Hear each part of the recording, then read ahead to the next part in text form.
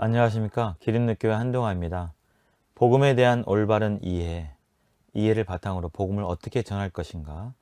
두 번째 시간, 성경은 하나님의 말씀이란 부분을 통해서 증거하겠습니다. 지난 시간에 인생은 빠르게 지나가고 또 죽은 뒤에 심판이 있다고 말씀을 드렸고, 또 이러한 인생에 대해서 하나님께서는 모든 사람을 구원하시기 원하시고 그 구원의 길을 성경 속에 증거하셨다고 말하고 있습니다. 하나님께 가야만, 하나님께 돌아가야만 인생은 참된 길을 알 수가 있는데, 인간은 스스로 하나님께 대해서 하나님을 완전히 이해할 수 있을까라는 이 질문에 봉착하게 됩니다. 인간은 하나님을 완전하게 이해할 수 있을까요? 인간과 동물의 수준과 차원이 있죠. 인간과 쥐, 인간과 원숭이, 똑같은 동물인 것 같지만 분명하게 수준과 차원이 다릅니다.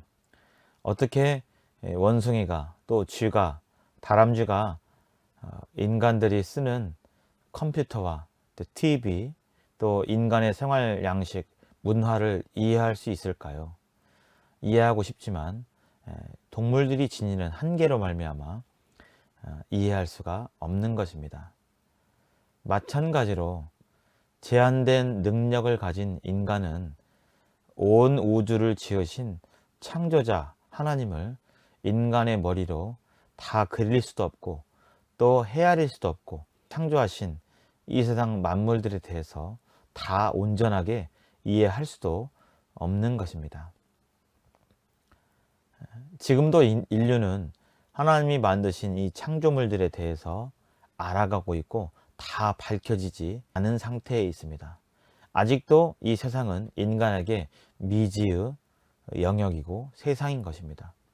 하나님이 만드신 창조물 또한 다 이해를 못할진데, 그것을 만드신 더 크시고 더 어무하신 창조자를 어떻게 알겠습니까? 인간 스스로는 이 감각기관과 인지 능력의 한계로 하나님을 완전하게 알 수 없습니다. 인간은 보는 것도 한계가 있고, 귀로 듣는 것도 한계가 있고, 또 느끼는 것도, 또 촉각도, 후각도 다 한계가 있고 부정확합니다. 그리고 인간의 지능 또한 모든 것을 다 알 수 있는 것이 아니죠. 따라서 인간 스스로는 너무나 크시고 너무나 오묘하신 하나님을 다 완전하게 이해할 수 없을 것입니다. 인간의 이러한 연약함과 또 제한성 때문에 하나님께서는 인간들에게 하나님 자신을 나타내실 필요가 있으셨습니다. 인간들이 알아들을 수 있는 방법으로 하나님을 나타내셨는데요. 로마서 1장 20절 이하에 창세로부터 그의 보이지 아니하는 것들, 곧 그의 영원하신 능력과 신성이 그가 만드신 만물에 분명히 보여 알려졌나니 그러므로 그들이 핑계하지 못할지니라 라고 말씀하시면서, 하나님께서는 눈에 보이지 아니하신데 그러한 하나님의 어떠하심이 그가 만드신 만물에 분명히 보여 알려졌다라고 말씀하고 있습니다. 이 세상 만물을 자세히 살펴보면 하나님이 어떤 분이신지, 또 얼마나 크신 분인지, 또 얼마나 지혜롭고 또 하나님의 섭리가 대단한지 알 수 있다는 것이죠.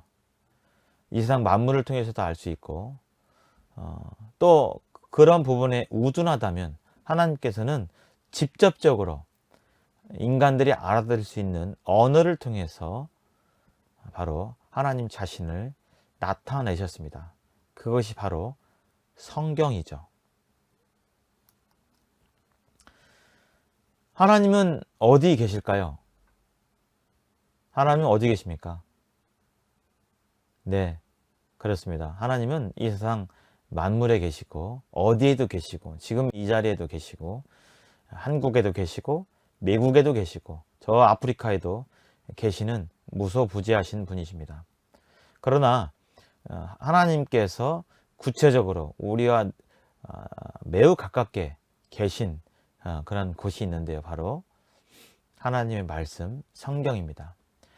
태초에 말씀이 계시니라. 이 말씀이 하나님과 함께 계셨으니 이 말씀은 곧 하나님이시니라. 말씀이 곧 하나님이시니라.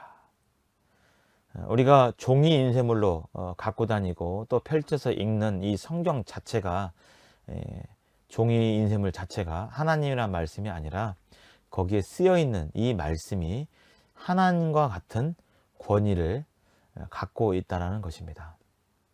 한 예를 들어볼까요? 조선시대에 왕의 말은 그 나라의 곧 법이요 또 철칙이었습니다. 조선시대에 모함을 받아서 역적으로 몰려서 이제 역적죄로 사형을, 목을 베임을 당해야 될 그러한 사람들이 있었는데, 천신만고 끝에 그런 누명이 벗겨져서 그것이 모함을 당해서 했다는 사실이 왕에게 알려져서 왕은 급히 이제 곧 사형을 실행해야 될 그 곧 사람들에게 이제 왕이 명령을 내립니다. 왕이 교지를 내리죠. 이 사람들은 모함으로 인해서 이렇게 되었으니 사형을 면하라 라는 말을 하면 그것을 받아 적습니다.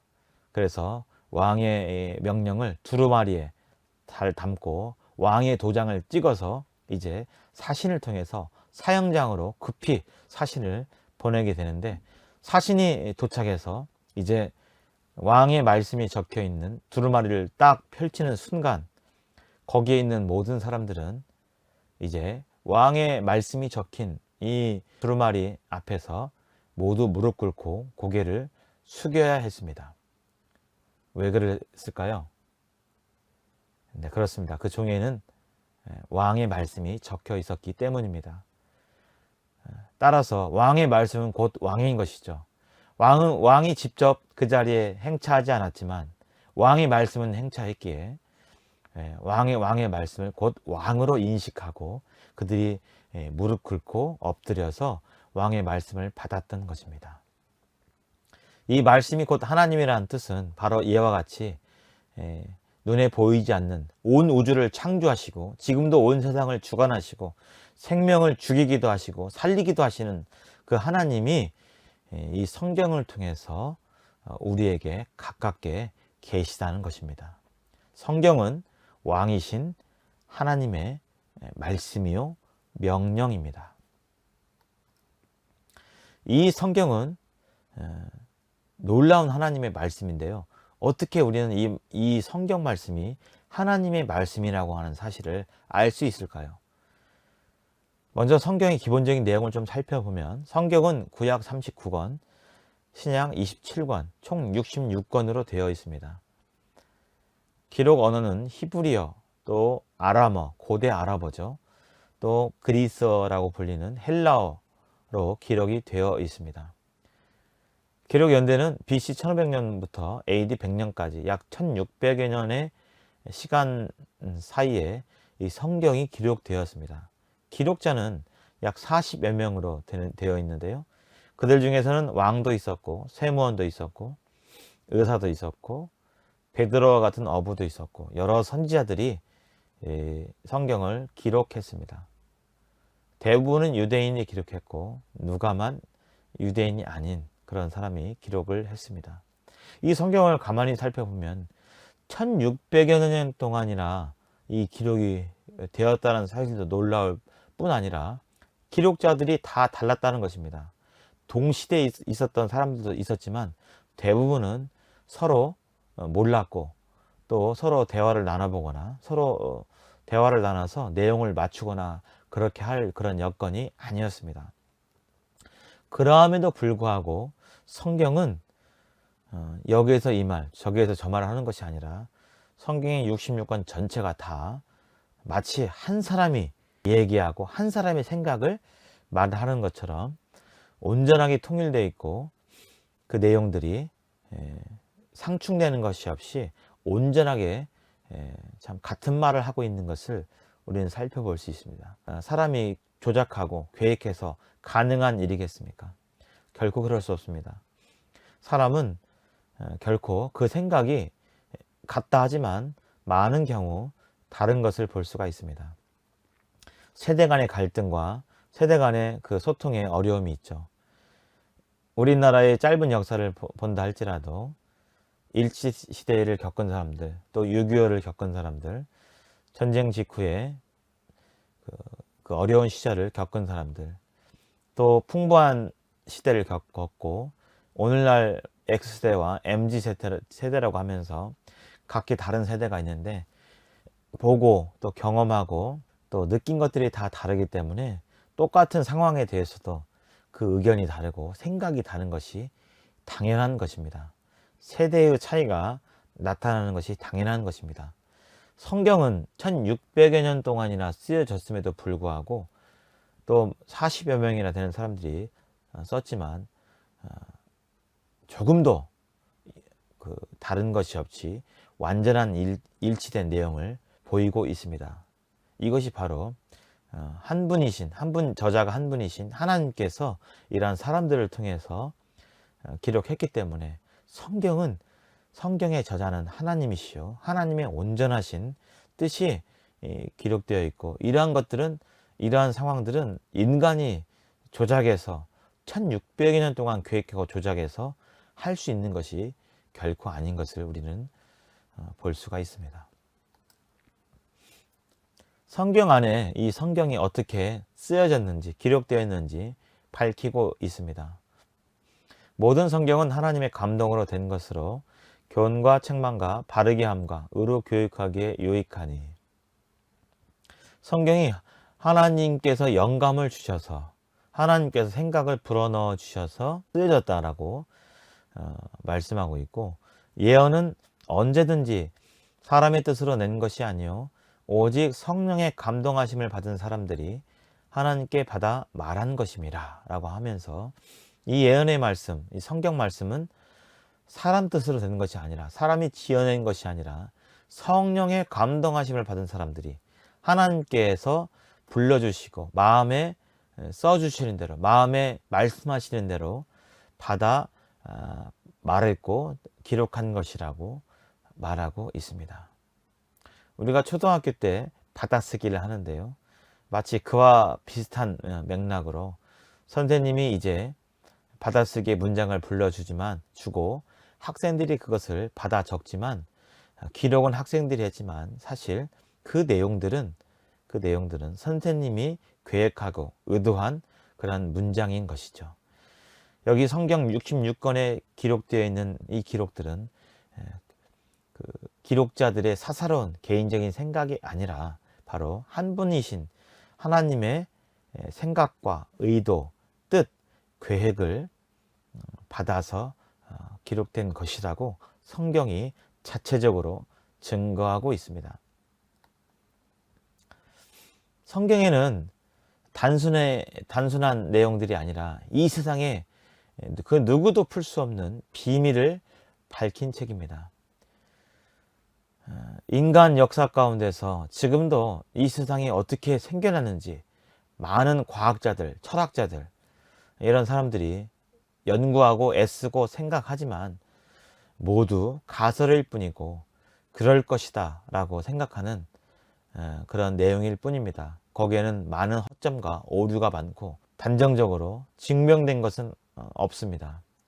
그러나 성경은 이 세상의 시작에 대해서 밝히 말하고 있습니다. 그 어떤 종교 경전도 신이 자기가 이 세상을 만들었다라고 분명하게 어떻게 만들었다고 구체적으로 밝히는 책은 없습니다. 오직 성경만이 하나님께서 태초에 천지를 창조하셨다라고 말씀하고 계시고, 창세기 초반부에 하나님께서 어떻게 구체적으로 이 세상 만물을 창조하셨는지 분명하게 구체적으로 밝히고 있습니다. 하나님께서 이 온 세상의 창조자가 아니시라면 어떻게 이러한 내용들을 구체적으로 말씀할 수 있겠습니까? 성경은 이 세상의 비밀, 세상이 어떻게 시작됐는지에 대해서 밝히고 있는, 세상의 비밀을 밝히고 있는 놀라운 책인 것입니다. 또한 이 세상이 지금 존속하고 있고 존재하고 있지만 이 세상은 분명하게 끝이 있음을 성경은 밝히고 있습니다. 그때의 세상은 물이 넘침으로 멸망하였을 때 이제 하늘과 땅은 그 동일한 말씀으로 불사르기 위하여 보호하신 바 되어 경건하지 아니한 사람들의 심판과 멸망의 날까지 보전하여 두신 것이니라. 베드로 후서 말씀에 이 세상이 이제 불사르기 위해서 잠깐 동안 보호하신 바 되어 있다라고 말씀하고 있습니다. 이 세상은 불로 멸망한다라고 말씀하고 있습니다.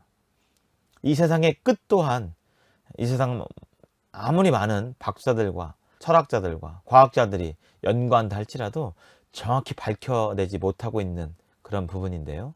알지 못하는 가운데 우리가 살아가고 있지만 성경은 세상의 시작도 밝히고 있고 끝 또한 분명하게 밝히고 있습니다. 계시록 말씀을 보면 또 내가 새 하늘과 새 땅을 보니 처음 하늘과 처음 땅이 없어졌고 바다도 다시 있지 않더라.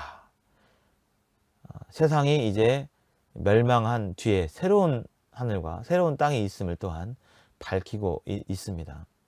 성경은 세상의 사람들이 결코 밝힐 수 없는 그런 비밀들을 성경은 밝히고 있습니다. 왜냐하면 하나님께서 이 세상을 직접 만드신 창조자이시기 때문입니다. 성경에는 이 세상의 시작과 끝뿐만 아니라 인생의 기원과 죽음에 대해서도 말씀하고 있습니다. 첫 시간에서 인생이 어디서 왔다가 어디로 돌아가는지 말씀을 들었습니다. 그리고 죽은 뒤에 사후세계와 그 구원에 대해서도 성경은 말하고 있습니다. 죽은 뒤에 심판이 있고 또 죽고 난 뒤에 심판받아서 둘째 사망이라고 불리는, 구원받지 않으면 둘째 사망의 심판, 불못 가운데 빠질 수밖에 없는 그러한 사후 죽음 이후의 세상에 대해서 성경은 분명하게 밝히고 있습니다. 그리고 또한 어떻게 하면 그런 운명 가운데 있는 사람들이 구원받을 수 있을지, 또한 이 디모데후서 3장 15절을 통해서 성경 안에 길이 있고 성경에 하나님께서 마련해 놓으신 구원의 길이 있음을 밝혀놓고 있는 놀라운, 그 세상에 그 어떤 책과 비견할 수 없는 놀라운 책인 것입니다. 또한 성경은 이 성경을 통해서 사람을 능히 멸망 가운데 갈 수밖에 없는 이 인생을 구원을 줄 수 있는 그런 능력이 있고, 또 구원 이후에 하나님으로 사람으로 말미암아 온전하게 살 수 있도록 할 수 있는 그런 능력이 있는 책이 바로 성경입니다.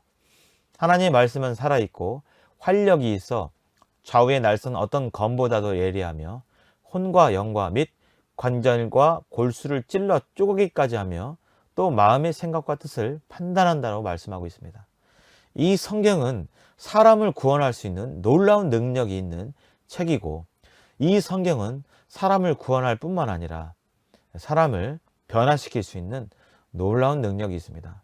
이미 수많은 사역 가운데서, 역사 가운데서 하나님을 모르고 방황하다가 하나님의 말씀을 믿고 구원받아서 이제 새 사람으로 살아가는 놀라운 변화를 입는 그런 사람들의 생애를 우리는 많이 봤습니다. 살인 강도가 이제 하나님을 믿고 구원받아서 천사와 같은, 정말 하나님의 뜻을 전하고 하나님 뜻대로 살아가는, 정말 예수님과 같은 그런 본을 따라 살아가는 많은 사람들을 우리는 이미 보고 들어왔습니다. 성경은 단순한 경전이 아니고 좋은 말씀이 있는 그런 마음의 양식을 주는 그런 정도의 그런 말씀이 아니라 인생 자체를 변화시킬 수 있는, 인생을 바꾸게 할 수 있는 그런 놀라운 하나님의 책인 것을 볼 수 있습니다.